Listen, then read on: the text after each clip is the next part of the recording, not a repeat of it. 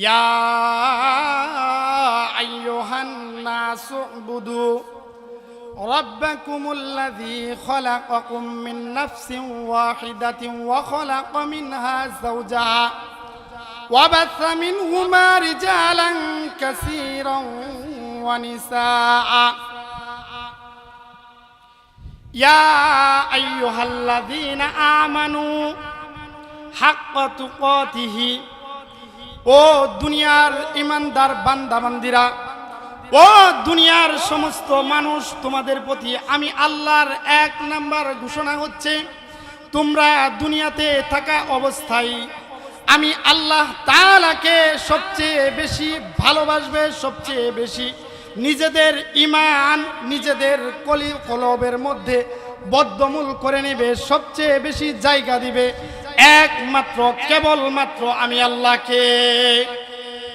হাক্কা তুকাতিহি, পরিপূর্ণভাবে ভয় করবে, তাকওয়া অর্জন করবে একমাত্র আমি আল্লাহর।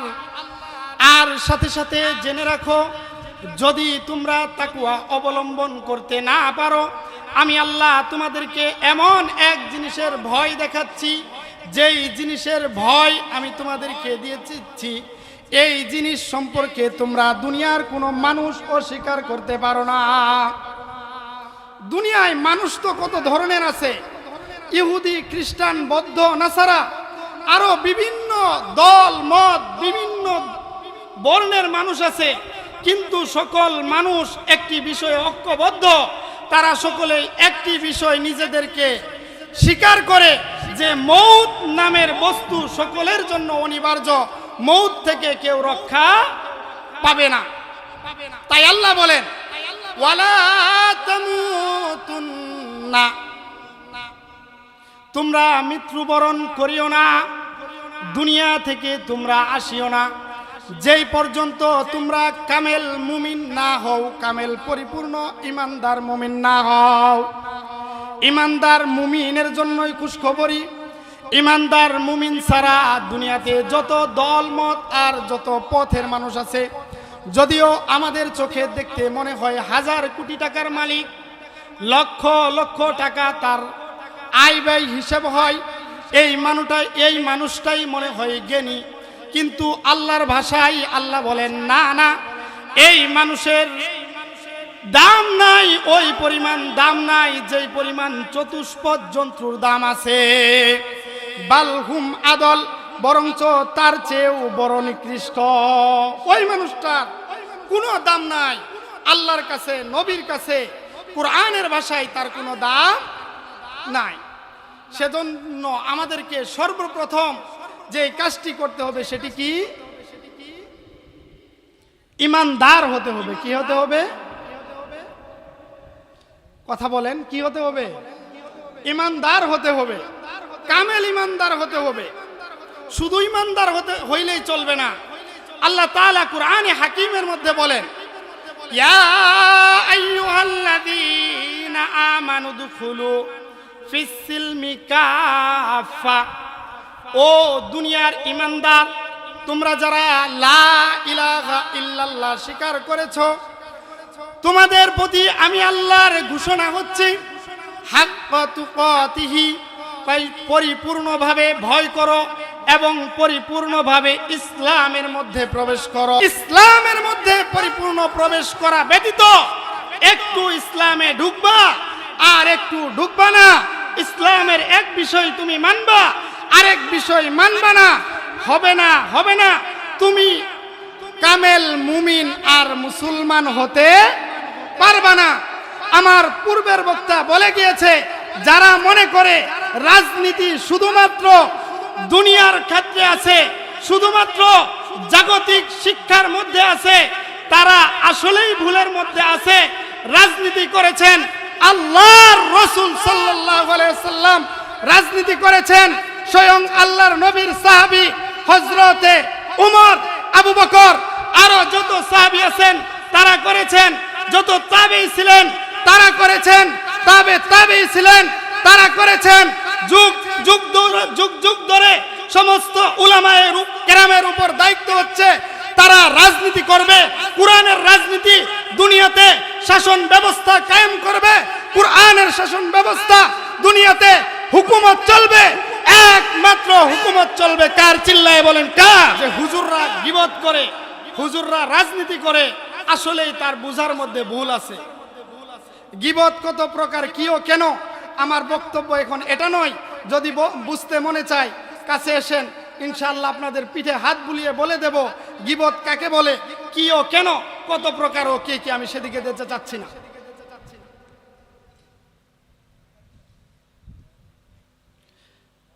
আল্লাহ তাআলা আমাদেরকে বলেছেন পরিপূর্ণ মুমিন হতে হবে। একটু মুমিন হব আর একটু হব না, এই মুমিনের দাম আল্লাহর কাছে নাই। কেন নাই? আল্লাহর নবী সাল্লাল্লাহু আলাইহি ওয়াসাল্লাম হাদিসে কুদসির মধ্যে বলেন,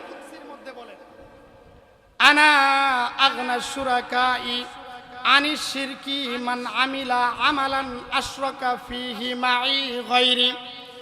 আল্লাহ তাআলা হাদিসে কুদসির মধ্যে আল্লাহর নবীর জবানের মাধ্যমে জানিয়ে দেন, নবী দুনিয়ার মানুষদেরকে আপনি জানিয়ে দেন, আনা আগনা শুরাকা আনিশ শিরকি, আমি আল্লাহ সমস্ত প্রকারের অংশীদারিত্ব থেকে মুক্ত।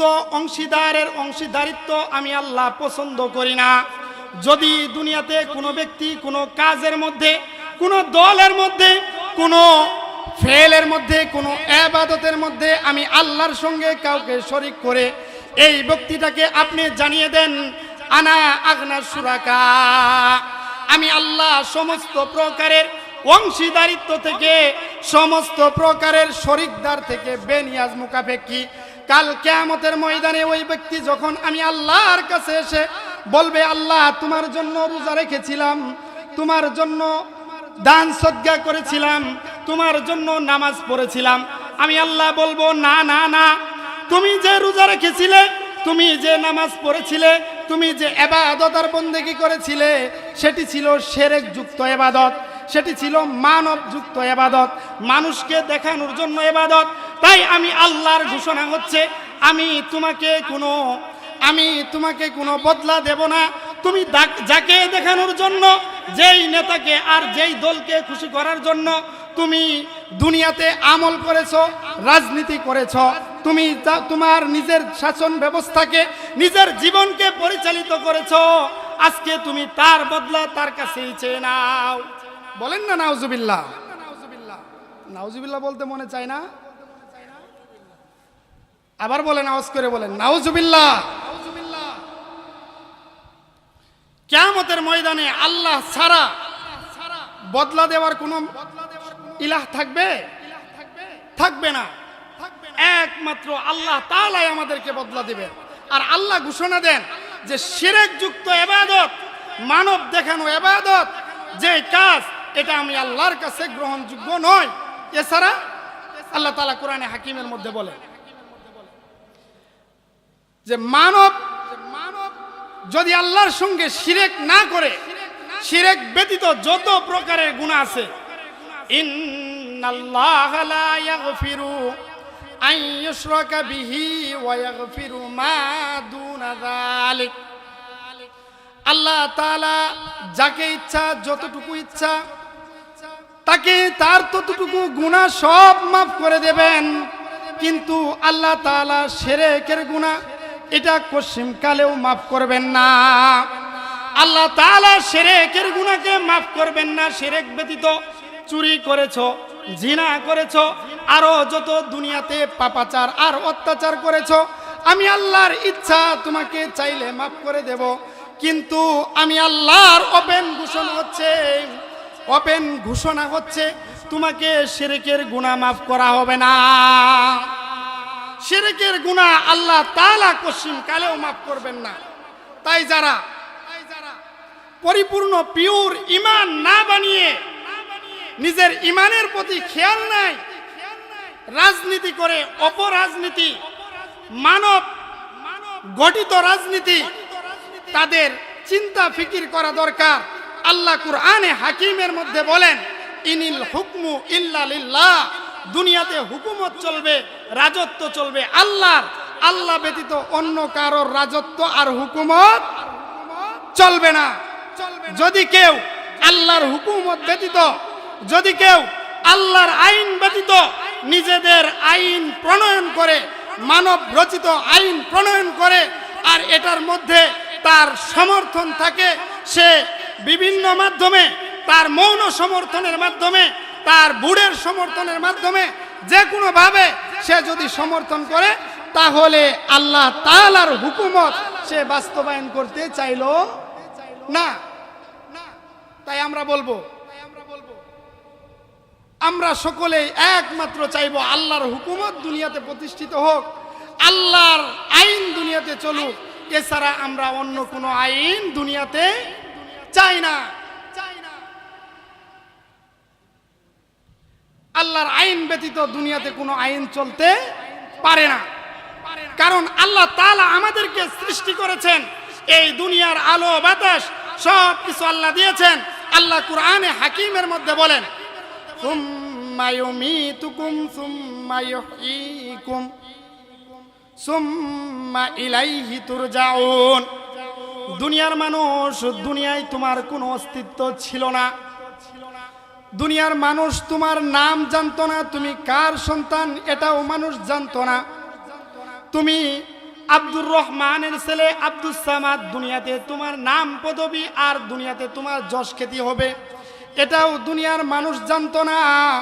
দুনিয়ায় তোমার কোনো অস্তিত্ব ছিল না। সুম্মা ইউমীতুকুম, তুমি ছিলে মৃত, আমি আল্লাহ সেই মৃত থেকে তোমাকে জীবিত করেছি। সুম্মা ইউহয়ীকুম সুম্মা ইউমীতুকুম, তুমি দুনিয়াতে চলছো, দুনিয়াতে আমি আল্লাহর ঈমান, আমি আল্লাহর হুকুম, আমি আল্লাহর শাসন ব্যবস্থা কায়েম করো আর না করো, দুনিয়াতে তোমার জীবন তুমি যতটুকুই পরিচালিত করো, কিন্তু মনে রাখো সুম্মা ইউমীতুকুম, তোমাকে মউত ধরবে, অনিবার্য তোমার মধ্যে মউত চলে আসবে, মউত তোমাকে গ্রাস করবে আর তুমি মৃত হয়ে যাবে। দুনিয়াতে তোমার কোনো মূল্য থাকবে না। তাই তো আল্লাহ তাআলা বলেন, ওয়া'বুদুল্লাহ ওয়ালা তুশরিকু বিহি শাইআন ওয়া বিল ওয়ালিদাইনি ইহসানা। দুনিয়ার মানুষ ইবাদত যদি করতে হয়, ভালো যদি বাসতে হয়, তাহলে একমাত্র কেবলমাত্র আমি আল্লাহর ইবাদত করো, ভালোবাসো আমি আল্লাহকে। ওয়া'বুদুল্লাহ ওয়ালা তুশরিকু বিহি শাইআ, আমি আল্লাহর সাথে কাউকে শরীক করিও না। যদি আমি আল্লাহর সঙ্গে শরীক করো, তাহলে তোমার দুনিয়াও বরবাদ হয়ে যাবে, দুনিয়াতেও তুমি শেষ হয়ে যাবে।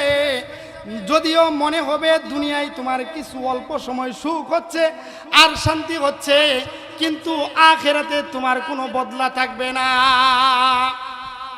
তাই একমাত্র ভালোবাসবা আমি আল্লাহকে, ইবাদত করবা আমি আল্লাহকে, খুশি করার জন্য অন্য কাউকে নয়। সাথে সাথে আল্লাহ তাআলা আমাদেরকে দুনিয়াতে পাঠিয়েছেন, এখন দুনিয়াতে আসি, বাহ্যিকভাবে দুনিয়াতে যেভাবে আমাদেরকে আল্লাহ রেখেছেন, ঠিক তেমনি ভাবে দুনিয়ার মানুষের মধ্যে আল্লাহ আমাদেরকে যাদের মাধ্যমে দুনিয়াতে এনেছেন, তাদের কথাও আল্লাহ এই আয়াতের মধ্যে বলে দিয়েছেন, ওয়াবিল ওয়ালিদাইনি ইহসানা।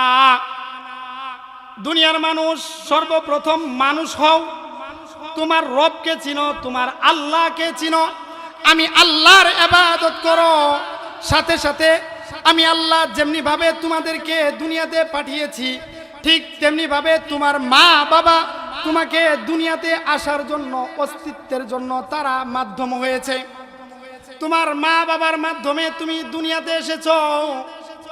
দুনিয়াতে আসার পর তুমি ছিলে জয়ীব, দুর্বল, তুমি খাইতে পারতা না, তুমি ঘুমাইতে পারতা না, তুমি শুধু আওয়াজ করে কিছু বলতে পারতা না, কান্না করতা।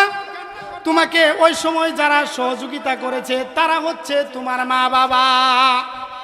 তাই আল্লাহ বলেন, আমি আল্লাহর হুকুম মানার সাথে সাথে তোমার মা বাবার সঙ্গে সদ্ব্যবহার করো। ওয়াবিল ওয়ালিদাইনি ইহসানা, দুনিয়াতে তোমার মা বাবার হক আদায় করো। মা বাবার হক কি? وَقَضَى رَبُّكَ أَلَّا تَعْبُدُوا إِلَّا, আল্লাহ তাআলা বলেন আমি আল্লাহর ঘোষণা হচ্ছে তোমার মা বাবা যদি কেউ একজন জীবিত থাকে, বৃদ্ধ অবস্থায় হয়, তুমি তোমার মা বাবার সেবা করতে গিয়ে, যত্ন করতে গিয়ে শব্দটাও বলিও না। মা বাবার সেবা করো, যত্ন করো। কেন? আল্লাহর পরেই আমার অস্তিত্বে আসার জন্য যারা মাধ্যম বনেছে তারাই হচ্ছে আমার মা বাবা। আমার মা বাবার কদর করতে হবে। আল্লাহর নবী সাল্লাল্লাহু আলাইহি সাল্লাম বলেন, রেজার রব্বি ফি রেজাল ওয়ালিদি ওয়া সাখতুর রব্বি ফি সাখতুল ওয়ালিদি। দুনিয়ার মানুষ আল্লাহরে খুশি করতে চাও, আল্লাহ তাআলার রেজামন্দি চাও, তোমার মা বাবারে খুশি করো। তোমার মা বাবাকে যদি খুশি করো আল্লাহ খুশি হয়ে যাবে। ওয়া সাখতুর রব্বি ফি সাখতুল ওয়ালিদি, আর যদি তুমি তোমার মা বাবাকে খুশি না করো, যদি তাদেরকে তুমি দেখভাল না করো, তাহলে জেনে রাখো আল্লাহ তাআলা তোমার উপর নারাজ হয়ে যাবে। আল্লাহর নবীর কাছে জিজ্ঞাসা করেন, আল্লাহর নবী, দুনিয়ায় তো শত শত মানুষ, দুনিয়ায় তো কত মানুষ, তন্মধ্যে আমার উত্তম ব্যবহার পাওয়ার জন্য যোগ্য কে? আল্লাহর নবী বলেন তোমার মা। তারপরে কে? তোমার মা। তারপরে কে? তোমার মা। আল্লাহর নবী তিনবার বললেন তোমার মা। যে তোমার মা তোমার চেয়ে, তোমার কাছে সবচেয়ে উত্তম ব্যবহার পাওয়ার জন্য যোগ্য। তাই আমি বলবো আমাদের যাদের মা বাবা জীবিত আছে, এখনো আমাদের সময় আছে যে তাদের কাছে গিয়ে আমরা ক্ষমা চেয়ে তাদের সঙ্গে সুন্দর আচরণ শুরু করে দিই। কেন? ওয়াসাইনাল ইনসানা বিওয়ালিদাইহি হামালাতুহু উম্মুহু ওয়াহনান আলা ওয়াহনিন ওয়া ফিসালুহু ফি। আল্লাহ তাআলা কুরআনে হাকিমের মধ্যে বলেন, আমি আল্লাহর ওয়াসিয়ত হচ্ছে, আমি আল্লাহর ঘোষণা হচ্ছে যে তোমরা তোমার মা বাবার সঙ্গে সদ্ব্যবহার করো। কেন? তোমাকে দুনিয়ায় আসার মাধ্যমে, দুনিয়াতে আনার জন্য সবচেয়ে যেই ব্যক্তিটা বেশি কষ্ট স্বীকার করেছে, সবচেয়ে বেশি যেই ব্যক্তিটা ত্যাগ স্বীকার করেছে, সেই ব্যক্তিটা হচ্ছে তোমার মা। হামালাতুহু উম্মুহু, তোমাকে তোমার মা পেটে ধারণ করেছে, 9 মাস 10 মাস 10 দিন তোমাকে পেটে রেখেছে। তোমাকে পেটে রাখার কারণে ভালোভাবে ঘুমাইতে পারে নাই, ভালোভাবে খাইতে পারে নাই, ভালো খানা ভালো লাগে নাই, স্বাভাবিক চলাফেরা তার ছিল না। তোমাকে দুনিয়াতে আনতে গিয়ে যার সবচেয়ে বেশি কষ্ট হয়েছে সেটি হচ্ছে তোমার মা। দুনিয়ার সমস্ত ডাক্তাররা ঐক্যমত পোষণ করে মায়ের প্রসব বেদনার সময় যে কষ্ট হয়, এই কষ্ট অন্য কোনো ব্যথার সময় হয় না। আর এই কষ্ট করেছে তোমাকে দুনিয়াতে আনার জন্য তোমার মা। তোমাকে তোমার মা দুনিয়াতে আনার জন্য, যখন তুমি তোমার মায়ের পেটে ছিলে, তোমাকে দুনিয়াতে আনার জন্য তোমার মা পাড়াপড়শির কাছে বিদায় নিয়ে নিয়েছে। আমাকে বিদায় দিয়ে দেন, এই যাত্রায় আমি আর নাও ফিরে আসতে পারি। এই যে সন্তান আমার গর্ভ থেকে দুনিয়াতে আসবে, এই সন্তানকে দুনিয়ার মুখ দেখাতে গিয়ে আমি দুনিয়ায় আর বেঁচে নাও থাকতে পারি। আমার এই যাত্রায় মনে হয় শেষ যাত্রা। এই যে কষ্ট স্বীকার করেছে সেটি করেছে একমাত্র আমার মা। তাই আল্লাহ কুরআনে হাকিমের মধ্যে বলেন, ওয়াসাইনাল ইনসান, আল্লাহ ডাক দিয়ে বলেন, দুনিয়ার বৌদ্ধ, দুনিয়ার খ্রিস্টান, দুনিয়ার নাসারা, তোরা আমি আল্লাহকে মানুষ না, আমি আল্লাহর হুকুমত তোরা চাস না, অসুবিধা নাই, তোরা না চা। কিন্তু তারপরেও তোরা যে দুনিয়ায় যার মাধ্যমে দুনিয়াতে এসেছো, তোমরা যাদের মাধ্যমে এসেছো সে যদি তোমার মা ইহুদিও হয়, খ্রিস্টানও হয়, নাসারাও হয়, আর তোমার যদি মুসলমানের মধ্যে হয়, তাহলে তো কথাই নাই, নূরুন আলা নূর। তোমার মায়ের সঙ্গে সদ্ব্যবহার করো। ওয়াসাইনাল ইনসান, আল্লাহ ইনসান মানব জাতিকে ডাক দিয়ে বলে, মানব জাতি তোমার মা বাবাকে তুমি সদ্ব্যবহার করো, তাদের সঙ্গে সদয় হও। মা বাবাকে ডিভাইডেড করে, মা বাবার সঙ্গে অন্যায় আচরণ করে আল্লাহকে খুশি করা, ইমানের মধ্যে পুক্তাকি আনা, ইমানের মধ্যে মজবুতি আসা পশ্চিম কালেও কাবা ঘরের ইমাম হয়েও সম্ভব নয়। শরীয়ত সম্মত কারণে যদি মা বাবাকে কষ্ট দেওয়া হয়, আর আমাদের সমাজে এতটাই অথর্ব অবদার্থ সন্তান জন্ম নিচ্ছে, যাদের মাধ্যমে আজকের সমাজ কুলসিত হচ্ছে, যাদের মাধ্যমে আজকের সমাজের পাড়া প্রতিবেশী তো আতঙ্কে থাকে, খুদ মা বাবা পর্যন্ত আতঙ্কে থাকে যে কোন সময় আমার সন্তান আমার উপর চড়াও হয় আর আমাকে দুনিয়া থেকে বিদায় করে দেয়। মা বাবারা আতঙ্কে থাকে। সন্তান বড় হইলে মা বাবার জন্য সুখ হওয়ার কথা, আর আমাদের সমাজে কিছুদিন আগেও শুনলেন সন্তানের কাছে অ্যান্ড্রয়েড ফোন বাবা কেড়ে নিয়েছে, যে বাবা এই ফোন চালিও না, তোমার ক্ষতি হবে। এই সন্তান রাগ করে এই রমজানের মধ্যে বাবাকে খুন করে ফেলেছে। বলেন না নাউজুবিল্লাহ। এই অথর্ব সন্তান আমাদের কারণে দুনিয়াতে আসছে। কেন? আমরা শুধু মনে করি মা বাবার হক, মা বাবার সন্তানের উপর, মা বাবার উপরও যে সন্তানের হক আছে, এই কথাটা অধিকাংশ মুরব্বীরা, অধিকাংশ আমরা যারা মা বাবা হয়েছি তারা মানতে রাজি নয়। আল্লাহর নবী সাল্লাল্লাহু আলাইহি ওয়াসাল্লাম বলেন, যেমনি ভাবে সন্তানের হক হচ্ছে মা বাবাকে আদর যত্ন আর সুন্দর ব্যবহার করা, ঠিক তেমনি ভাবে মা বাবারও কিছু হক আছে, কিছু পাওনা আছে, কিছু সন্তানের কর্তব্য আছে। যেই কর্তব্যগুলো সন্তানের জন্য মা বাবাকে করতে হবে, মা বাবা যদি না করে তাহলে এই সন্তান সুসন্তান হবে না। এই সন্তানের মাধ্যমে দুনিয়াতে সমাজ সুন্দর হবে না, দুনিয়াতে শান্তি শৃঙ্খলা আসবে না। আল্লাহর নবী সাল্লাল্লাহু আলাইহি ওয়াসাল্লাম বলেন, মান উলিদা লাহু ওয়ালাদুন ফালইউহসিন ইসমুহু ওয়া আদাবাহু ফাইযা বালাগা ফালইউযাওয়িজুহু ফাইন বালাগা ওয়া লাম ইউযাওয়িজুহু ফাআসাবা ইসমান। দুনিয়াতে মা বাবারা জেনে রাখো, যখনই তোমার কোনো সন্তান ভূমিষ্ঠ হয়, দুনিয়াতে আসে, তখনই তোমার হক আর কর্তব্য হচ্ছে তুমি তোমার সন্তানের সুন্দর একটা নাম রাখো। মান উলিদা লাহু ওয়ালাদুন ফালইউহসিন ইসমুহু।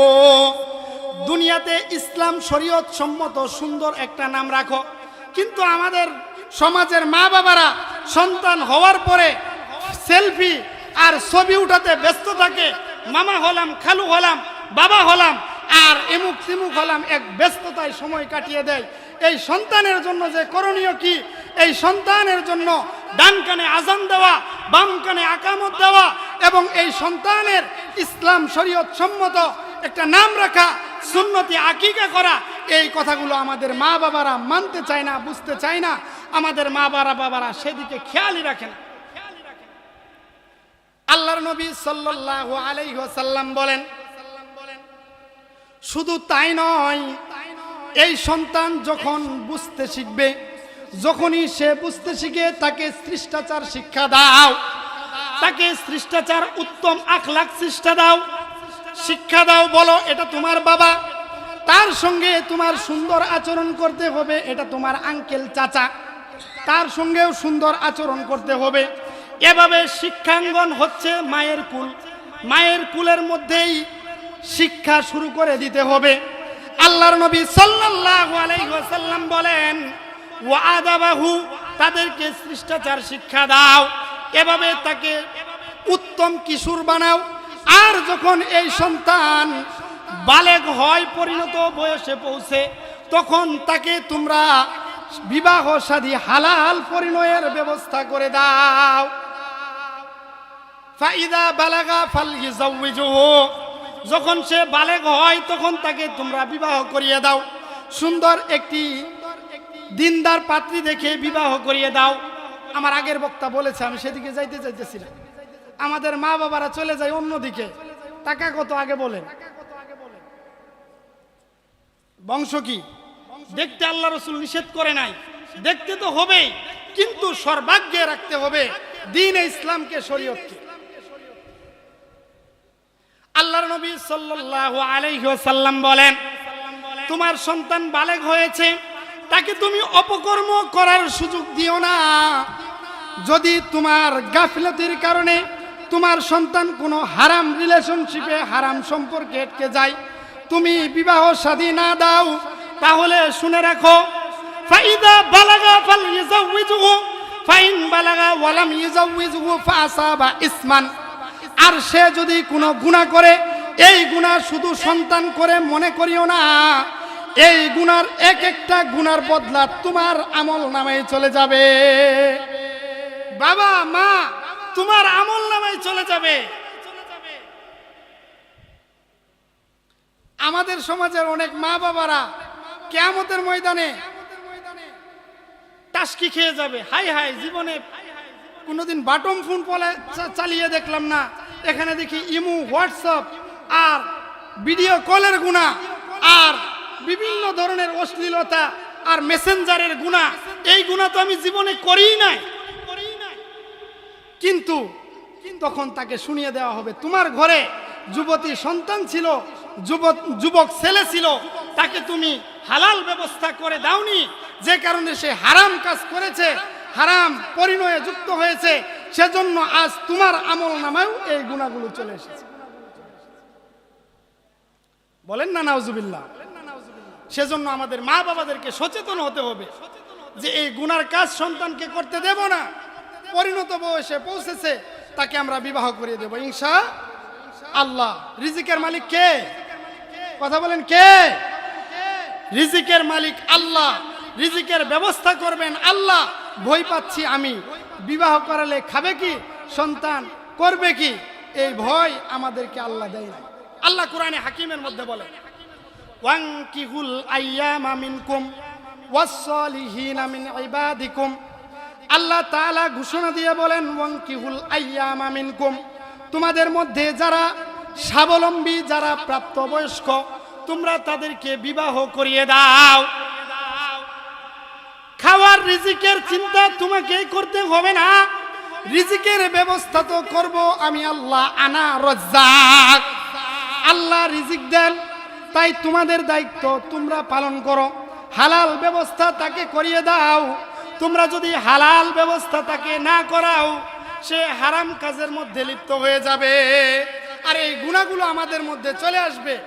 তাই আমি সকলের প্রতি উদারত আহ্বান জানাবো, আমাদের ঘরে পরিণত সন্তান থাকলে তাদেরকে আমরা হালাল পরিণয় করিয়ে দেব। আল্লাহ প্রথমে বলেছেন ওয়াবুদুল্লাহ, আল্লাহর ইবাদত করা। দ্বিতীয়তে বলেছেন ওয়াবিল ওয়ালিদাইনি ইহসানা। আরো বিভিন্ন কথা আল্লাহ তাআলা বলেছেন সমাজ সুন্দর হওয়ার জন্য, প্রতিবেশীর সঙ্গে সুন্দর ব্যবহার করার জন্য যেই জিনিসগুলো প্রয়োজন, সেগুলো আমরা না জানার কারণে আমাদের নিজেদের মধ্যে ক্ষতি হচ্ছে, আমাদের সন্তানরা সুসন্তান হচ্ছে না, নিজেদের ঘরের মধ্যে অশ্লীলতা চালু হয়ে গেছে, যেই কারণে আমি নিজেও অতিষ্ঠ, আমার পাড়া প্রতিবেশী অতিষ্ঠ, সকলেই আমরা অতিষ্ঠ।